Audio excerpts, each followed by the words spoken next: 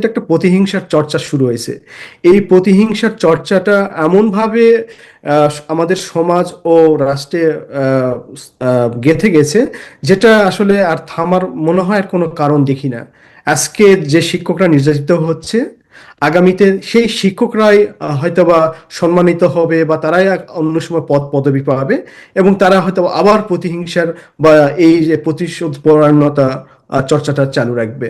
এখন জুলাই পরবর্তীতে যেভাবে শিক্ষার্থীরা তাদের পাঠ পড়াশোনার বাইরে গিয়ে নিজেদের যে ক্ষমতায়ন বা দাপটের যে চর্চাটা চালু রেখেছে, সে চালু রাখার প্রেক্ষিতে শিক্ষকরা হয়ে গেছে কণ্ঠাসা।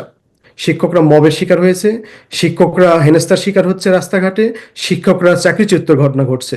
এখানে এমন এমন ঘটনা ঘটছে যেখানে প্রশাসন থাকার পরও শিক্ষার্থীরাই সবকিছু হয়ে উঠছে, যেটা আসলে সমাজের জন্য অ্যালার্মিং, শিক্ষার পরিবেশের জন্য অ্যালার্মিং। যে বাবা মা সন্তান, যে বাবা মা অনেক কষ্ট করে বিশ্ববিদ্যালয়ে পড়াশোনার জন্য পাঠিয়েছে, সেই সন্তানরা পড়াশোনা শেষ না করে তাদেরকে আজকে বহিষ্কারের ঘটনা ঘটছে, তাদেরকে আজীবন বহিষ্কার করানো ঘটছে। কিন্তু এরা তো আমাদের সমাজ বা রাষ্ট্রের অংশ, এরা তো আমাদের একটা প্রজন্ম। এদেরকে যদি আমরা শিক্ষা থেকে দূরে রাখি, তারা তো আরো বিপদগামী হবে।